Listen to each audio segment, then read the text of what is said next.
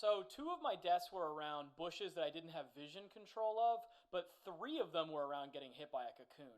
So something tells me I need to consider what abilities that I'm vulnerable to before I interact with the enemy team. That is such a good idea, Jeffrey. Now that we've got that in our heads, let's verbalize that. And before we start our next game, let's say out loud our goals for the match. All right, so now I'm going to focus on the game and really focus on cocoons and pike cues and reacting to them with Nautilus Hook. So what verbalizing our intentions does is that it keeps these ideas, these concepts, in our working memory. And our working memory is this small pool of information that our brain can quickly recall when performing other activities.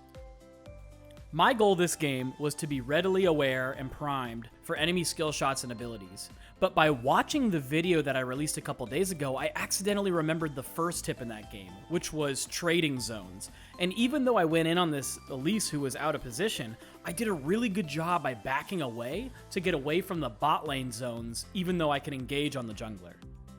And those of you that watch my content a little bit more frequently, you'll notice that I do a lot of the same tips and tricks over and over again. Like casting abilities from bushes to hide the animations. All of these things add up over time and can really make a difference in your gameplay, which probably sounds like something straight from my 100 tips video.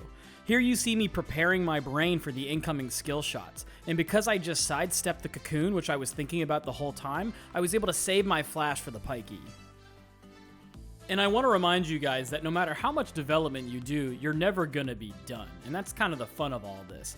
Even though I knew that they were coming up, you can see me start to sidestep off to the side. I probably still should have slowed down and grouped up with my jungler before engaging with the Kai'Sa.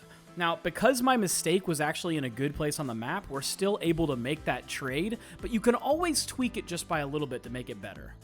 And speaking of those little things from the 100 tips video, notice how I'm grouping with my team and then pushing in from mid to start a fight at Herald. Then, when we're chasing the Elise, I use my shift cast to test the range of my Q before I let it fly. And I love that I just get to walk it by. I was worried about taking the kill and wanted to donate it to my Yone, but she dies anyways. And then after that, I wait for the Kai'Sa to enter lane, and then as she goes for that auto attack animation, I get a free hook on her. All of these little things are adding up, and I'm trying to remind myself of them every game. So constantly be telling yourself little bits of information that will allow you to make better decisions while you're playing. Elise and Gragas can be here. The only one's not. So here we see the top and bot laners collected in top lane, and so I just need to prep myself for seeing the Gragas and the Elise before they exit the Fog of War.